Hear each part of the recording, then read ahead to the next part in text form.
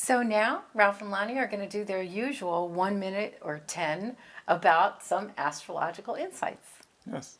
And I thought it'd be interesting to talk about calendars in general. You know, why do we use the calendar that we have now? What other calendars are used by other people in other cultures or have been historically? And what does the calendar mean? Right.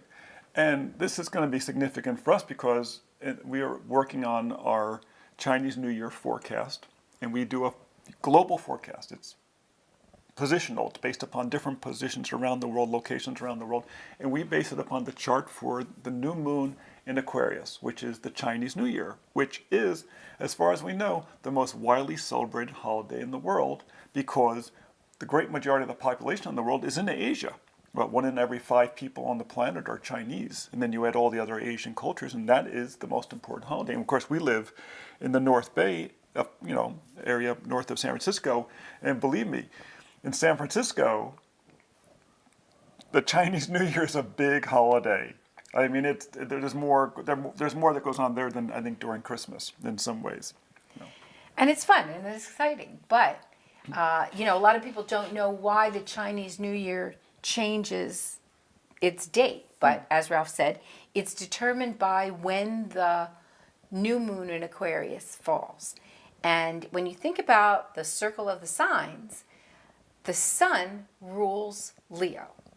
And that means that the sun gets to be the most sun-like. The opposite sign of Leo is Aquarius. Right. So it gets to be the least sun-like. That's when we have the least sun on us. In the northern hemisphere, yes. That's true. Northern hemisphere. So in any case, then when you have the moon conjunct the sun, which is the new moon, then all of that energy is sort of withdrawn. And it's an end point, but then it's a beginning point for new energy to start to build. So we use that as a more realistic starting point for a new growth cycle or a new year's growth than the Julian calendar or some other calendars that have been used historically. Exactly. And in fact, we currently, of course, in the West use January 1st as the beginning of the calendar year. But traditionally, the actual beginning of the calendar year was actually April Fool's Day during Roman times. And that was based upon the fact that it was the first day of spring. So basically the springtime equinox. And over a period of time, the calendar shifts. Every day, the year is not exactly 365 days, and so the calendar shifts every year. So over the years, it's moved over, and of course, the calendar we're using currently is, several months away from the springtime solstice. But this was the tradition, the springtime solstice. But we use what we have. But other cultures around the world use different calendars. What's interesting with the Chinese New Year calendar is they don't really call it the New Year per se. They call it the Springtime Festival. They see it as the beginning of the year because it's the time in which the seeds will begin to sprout. After that point, the seeds will begin to sprout and there will be new growth. Before that point, not so much. And that's once again in the Northern Hemisphere.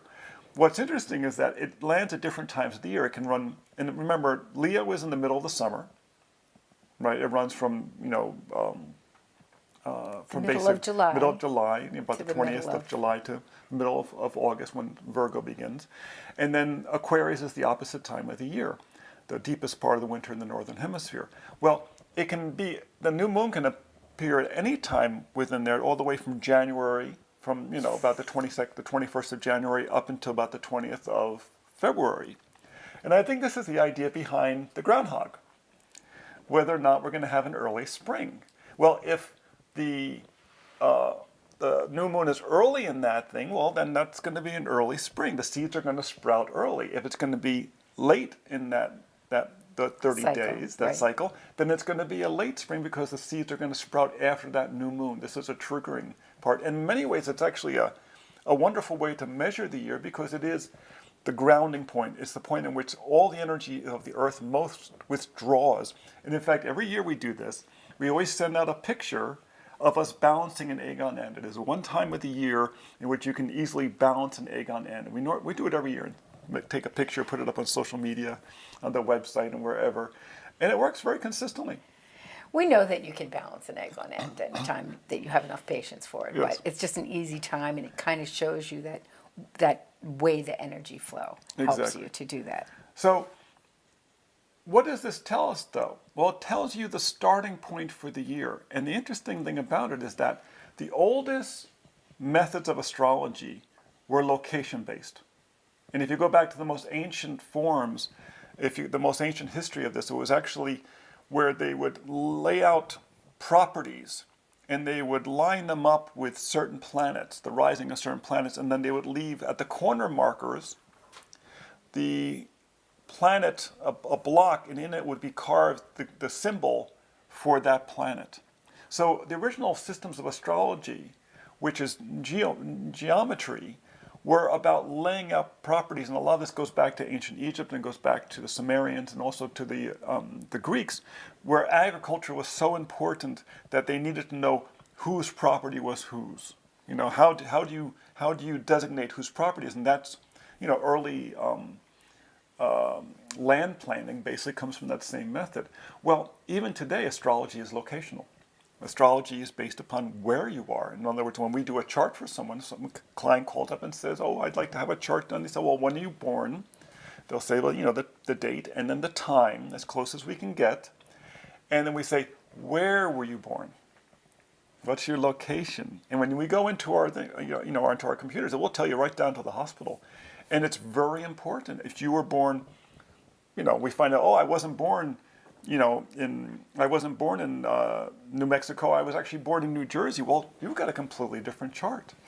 Well, and even these days, it's also important to know where they're living now. Right. Because your chart kind of relocates when you relocate. Yes. So there's very interesting things, like when we do solar returns, we need to know where you're living currently as opposed to where you were born, so that you can, sometimes we look at the solar return calculated for where they were born and where they were living, just to see if there's some traces of that original program that are at play in the solar return for the year ahead. There was actually a very important astrologer who, when computers finally allowed us to calculate these things, developed an entire system called astrocartography that would allow you to look at a person's chart and then see where the planets were angular around the globe. And we started realizing at that point that when you went to these areas where a particular planet was angular, there would be actually a line drawn on the globe, their experience would change. And what would happen was that particular planet would become very active in their life. And it would, and there's 4 different ways in which things become active in your life. They become active into your life personally, which is the rising sign, as we call it, or in terms of your partnerships, which is the descending, right? It's opposite the rising, or in terms of your career, like the flag above your head, or in terms of your home life, which is the point below your feet. So you have 4 different types of lines for each one of the planets. So if you went to some place, for instance, where you had Jupiter overhead, which you didn't where you were born, suddenly you'd find that your career very much expanded in a very Jupiterian kind of way, in an optimistic, beneficial way. On the other hand, if you moved to some place where the sun was overhead, you would become much more visible to people. Or if you moved to where the sun was below your feet, you would suddenly very much feel at home. Or the moon below your feet, where you would feel very, very much at home. And this is something that's really fascinating to work with. Like I said, it was developed by an astrologer in San Francisco. Once computers allowed these kind of calculations to be made easily, because they're actually much harder to calculate than a standard chart, which is hard enough to calculate. I mean, you notice he picked all the nice kind of aspects of changing your planetary Yes. lines to something that's more beneficial. This is spoken by a person who lived on his Pluto line for Yes. most of his life. So we took care of that when we moved from coast to coast. Yes. So, there are things that you can do to bring the energy of these lines to you if you can't move, or sometimes, as the Chinese say, of the 50 ways to avoid trouble, the best one is to leave. yeah. So. And people's experience of particular places are very unique to them based upon this pattern. So when we do the Chinese New Year forecast, we actually look at the chart, but then we look at the chart around the globe. Located everywhere. Because not everyone, not cities. every country, and not every city is going to have the same experience of that chart. Where it is landing in, and this is where what's called the houses come in. The houses, as you basically take the world around you and you break it up into 12 areas, and it's the 12 areas of your life. So, for instance, when you have, like to get back to the sun overhead, if the place where the actual Chinese New Year takes place, where that new moon is directly overhead, you're going to see a lot of focus on that particular spot in terms of how the chart plays out this year. If you have Saturn overhead, the planet, that area will probably go through compression, which is what Saturn does. It compresses. And we often see where that sun-moon conjunction is directly overhead, that country, that culture is a primary sort of newsworthy feature of the whole year. Yeah, and so it's very subtle, because after all, you know, Jupiter overhead when Jupiter's in Scorpio is very different than when Jupiter's in Sagittarius. It's two different flavors. It's two different experiences. Or Jupiter in Capricorn, or, you know, it's a very different experience. Venus is generally seen as a beneficial line, and yet sometimes when people move to their Venus lines, it makes them very self-indulgent. They can't get anything done. Right. It's a great place to go on vacation. Right. They love living there. People are really, really nice to them, but they're really not the most effective. It's not an aggressive position at all. Where if you move to some place which is very martial, it's on the Mars line, you'll get a lot of stuff done, but you may have quite a few bruises from it at the same time. I can attest to that. There you go.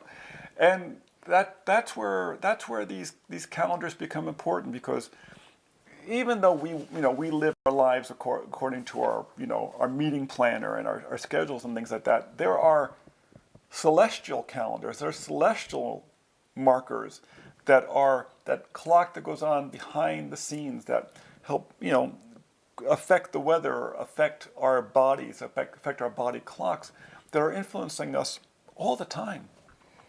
Calendars are just ways to count a cycle. You know, to divide a cycle into parts that are manageable for us. Right. I'm a numbers girl, so I happen to love the numbers, but, you know, if you can break down a period of time into usable parts, it makes planning and your progress a little easier. Which is why every year we always buy a new calendar. And that's another astrological minute or 10 from Ralph and Lahni DeAmicis.